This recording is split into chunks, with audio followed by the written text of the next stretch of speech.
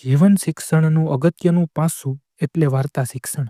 વાર્તા શિક્ષણ એ મનોરંજન નથી, પણ મનનું ભોજન છે. આપના કોઈ સ્વજનને આ વાર્તા શિક્ષણ ગ્રુપમાં જોડાવવું હોય તો આપેલા નંબરને પોતાના મોબાઈલમાં સેવ કરવા કહો અને એજ્યુ મેસેજ મોકલવા સૂચન કરો. આજના વાર્તા વૈભવ વિભાગમાં આપ સૌનું સ્વાગત છે. આજની વાર્તા, જો તમને નકારાત્મક વિચારોએ ઘેરી લીધા હોય તો તેમાંથી આમ પણ નીકળી શકાય. મિત્રો, ઘણી વખત આપણને એવા નકારાત્મક વિચારોથી આપણે ઘેરાઈ જઈએ છીએ કે આપણે એમાંથી નીકળવું બહુ અઘરું પડે છે.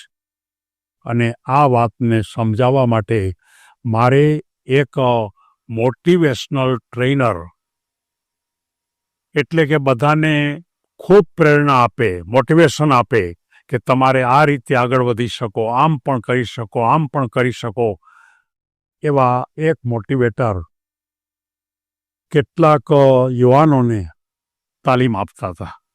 અને તાલીમ આપવા માટે માત્ર એ પણ એમ જ વાત કરતા હતા કે તમારે સારું વિચારવું જોઈએ, તમારે નબળું વિચારવું ન જોઈએ. શક્ય ત્યાં સુધી સારો વિચાર કરો, નબળો વિચાર ક્યારેય કરો નહીં. આમ વાત સમજાવતા હતા ક્યાંય એક યુવાન ઊભો થયો કે આ વાત અમને ખબર છે, અમે પણ જાણીએ છીએ, અમે પણ પ્રયત્નો કર્યા જ છે ખૂબ કે સારી વાતો જ કરવી જોઈએ, સારા વિચારો જ કરવા જોઈએ, નબળા વિચાર કરવા ન જોઈએ, પણ નબળા વિચારો અમને આવી જાય છે, ખૂબ આવી જાય છે. સારા વિચારો કરતાં પણ નબળા વિચારો ઝાઝા આવી જાય છે. અને એ શું કરવું એ અમને સમજાવો. બાકી ન કરવા જોઈએ એ અમે ખબર હોવા છતાં તમે અમને બતાવો કે એને માટે કરવું શું. ત્યારે પેલો ટ્રેનર હતો એ વિચારમાં પડી ગયો કે વાત તો સાચી છે, ખરેખર શું કરવું જોઈએ તો મને ખબર નથી. કે હું એમ કહેતો તો સારા નાખવા જોઈએ, ખરાબ તમારા ન આવે એને માટે કાળજી રાખો, પણ શું કાળજી રાખવી. એટલે પહેલાં જે મોટિવેટર હતા એણે એમ કીધું કે આ વાત થોડી લંબાણપૂર્વક મારે કરવાની છે અને એટલા માટે હું આવતીકાલે તમને આ મુદ્દા ઉપર વધારે વાત કરીશ કે કેવી રીતે કરવું. પણ જેમ પહેલાં લોકોએ એમ કીધું કે નકારાત્મકથી ઘેરાઈ જઈએ ત્યારે અમને સારા વિચાર નથી આવતા. ચારે બાજુએથી નકારાત્મક અમારા ઉપર હલ્લો કર્યો હોય ત્યારે અમને એક પણ સારો વિચાર આવતો નથી. એનો જવાબ એ લોકોને જોતો હતો. પરિસ્થિતિ એ આવી કે મોટિવેટરને ખબર નહોતી. મોટિવેટર કે હું નથી જાણતો, તો કે અત્યાર સુધી મેં મોટિવેશન કર્યું, બધાને સમજાવ્યું તો બધું નકામું ગયું, મારે શું કહું, આનો રસ્તો કેમ બતાવો. એટલે હજી એ વિચારમાં ને વિચારમાં ઘરે જાય છે કે મારે કાલે કેવી રીતે મારે એને સમજાવવા. એટલે એ ઘરે પહોંચે છે અને દરવાજો ખખડાવે છે. અને જેવો દરવાજો ખખડાવે છે કે એની નાની માત્ર 5-6 વર્ષની છોકરી એકદમ સામે આવી અને એકદમ હસે છે, સ્માઇલ આપે છે. પપ્પાને એકદમ કહે છે કે ઓહો તમે આવી ગયા, મને ખૂબ મજા આવી ગઈ. અને એ સ્માઇલ આવી એટલે તરત જ જે પેલો માણસ હતો એને પણ એકદમ હસવું આવ્યું, મજા આવી ગઈ. અને મજા આવી ગઈ એટલે પેલો જે પ્રશ્ન હતો ને કે કેવી રીતે નકારાત્મકથી કાઢવું, એ મગજમાંથી તાત્કાલિક પૂરતો નીકળી ગયો. થોડીક વાર થઈ તો એને બધી વાત પોતાની પત્નીને કીધી કે ભાઈ આ રીતનો પ્રશ્ન છે ને હવે મારે એનો ઉકેલ કેમ ગોતવો. તો કે તમે ચિંતા ન કરો, હાલો આપણે ફરવા જઈએ, મજા કરીએ. બધા ફરવા જાય છે. ફરતા ફરતા ફરતા આનંદથી ફરતા હોય છે. ત્યાં એને થોડીક વાર માટે ઓલો વિચાર વયો ગયો, કારણ કે કાલે મારે પ્રવચન આપવાનું છે, આ પ્રવચન હું કેમ આપીશ, પણ એ વિચાર વયો ગયો. એમ કરતાં કરતાં રાત્રે એ પોતે એકલા બેસે છે અને એકલા બેસા પછી એના મનમાં વિચાર આવે છે કે સૌથી પહેલો ઉકેલ એ છે કે જીવનમાં સતત હસતા રહો. એના મનમાં વિચારે હોય કાલે જે કહેવાનું છે એ. અને બીજી વાત એ છે કે તમારા સગા સંબંધી સાથે તમે પ્રેમથી વાતો કરો. ત્રીજી વાત એના મગજમાં એ આવી કે તમે કોઈ બહારના કુદરતના વાતાવરણમાં જાઓ અને વાતાવરણમાં પ્રકૃતિને માણો. અને આમ કરતાં કરતાં તમે જોઈ શકશો એને 2, 4, 5 બીજા વિચાર પણ આવ્યા, કારણ કે પોતે વિચારક તો હતો. અને એ વિચારકની ભૂમિકા ઉપર એના મનમાં 7 થી 8 વાત આવી ગઈ. એકદમ આનંદમાં આવી ગયો. પહેલાં તો એને એમ હતું કે હું કાલ વાત નહીં કરી શકું, ઊંઘ પણ નહીં આવે, પણ તરત જ સૂઈ જાય છે ઘસઘસાટ. અને બીજે દિવસે સવારે જતા જ એમ કહે છે કે સૌથી પહેલાં મારે તમને એમ કહેવું છે કે ચાલો ખડખડાટ હસીએ આપણે બધા. એકદમ આનંદમાં આવી જઈએ ખૂબ. પછી ઊભા થઈને કે તમે ઠેકડા મારો, મજા કરો, આપણે આનંદ કરીએ. અને પછી એણે પ્રવચનની શરૂઆત કરી કે મિત્રો, તમે જ્યારે નકારાત્મકતાથી ઘેરાઈ જાઓ, મારે સૌ આજે સાંભળનાર, વિડીયો સાંભળનારાના સૌને કહેવું છે કે આ એક મોટિવેશન છે.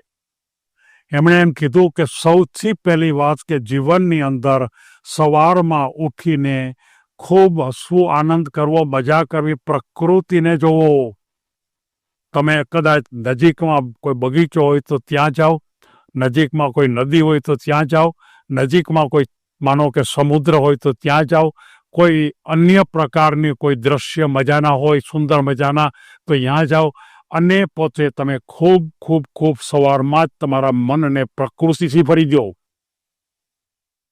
ત્યાર પછી એણે બીજી વાત કીધી કે તમે દરેક માણસ સાથે ક્યારે મળો ત્યારે કાયમ હંમેશા તમારે હસીને આવકાર આપો. બધાએ નોંધ લીધી, હસીને આવકાર આપો. ત્રીજી વાત એણે એમ કરી કે તમે જ્યારે ખરેખર કોઈ ચારે બાજુથી ઘેરાઈ ગયા હો ત્યારે તમારા જે સ્નેહીઓ છે, તમારા જે સગાવાલા છે, તમારા સ્વજનો છે, એની સાથે વાર્તા કરો, આનંદથી વાતો કરો, એકદમ ખૂબ ગમેમાં ખોવાઈ જાઓ. અને એને પોતા પત્ની અને પોતે જે બંને એકબીજા વચ્ચે જે ખૂબ વાતો કરીને એમાંથી એને જ્ઞાન મળ્યું. જીવનની અંદર કોઈ પણ ક્ષેત્રનું જ્ઞાન તમે જો બહારથી લેવા માગતા હો તો બહારના ક્ષેત્રમાં એ પડેલું જ છે. જેમ હાસ્ય કલાકારો કાયમ આપણને એક વાત કરે છે કે અમને હાસ્ય બહાર કોઈ પણ જગ્યાએથી મળી જાય છે.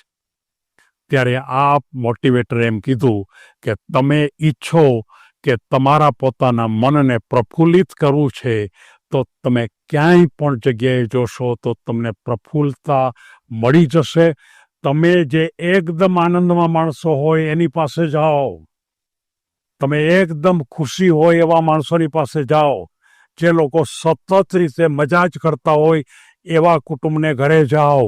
અને ખરેખર આ ભૂમિકાને તમે એક નવા એંગલ ઉપર જો લેવાનો પ્રયત્ન કરો, એટલે કે જીવનની અંદર સતત આનંદ અને એ આનંદની માત્રાને વધારતા જાઓ.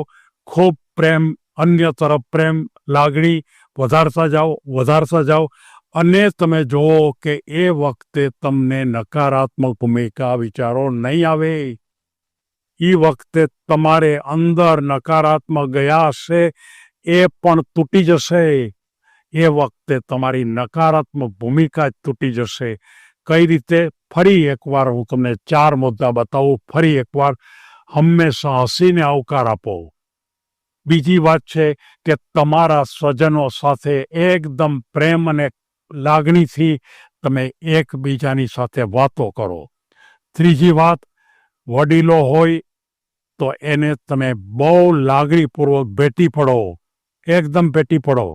અને ચોથી વાત મારે એ કહેવી છે કે આપણી સામે આવતા કોઈ પણ માણસની સામે, ભલે અજાણ્યો હોય તો પણ, આપણો જાણીતો ન હોય તો પણ, હંમેશા એને કોઈને કોઈ હાસ્ય આપો.